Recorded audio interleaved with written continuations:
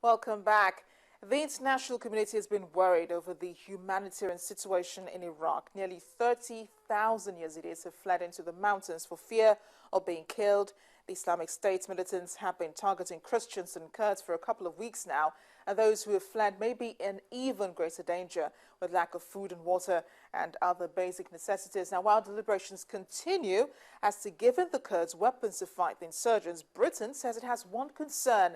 Now, according to a British newspaper, Mr. Cameron, that's the Prime Minister, is worried the militants could grow strong enough to target people on the streets of Britain, unless, of course, Britain takes action.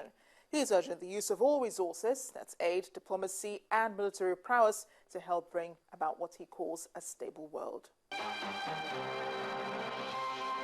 The Prime Minister said in the interview that a humanitarian response to Islamic State militants was not enough and they could only be kept in check via a firm security response.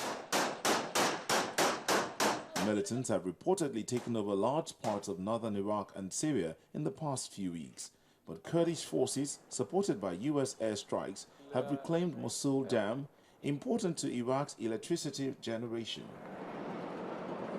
But Mr. Cameron's fear is that if intense counterattacks are carried out, then it's only a matter of time before the terrorist movement will target the UK. But I think it's good news there are fewer people there. The United Kingdom has been involved in providing supplies to people stranded as a result of the fighting, conducting a series of airdrops, especially for those who have fled towards the mountains. But Mr. Cameron will not tolerate any sympathy towards the militants from Britons. He has suggested that anyone walking around with IS flags or trying to recruit people to their terrorist cause should be arrested. He has also stressed his perception of the Iraqi crisis, which he did not see as a war on terror, but as a battle between Islam on the one hand and extremists who want to abuse Islam on the other.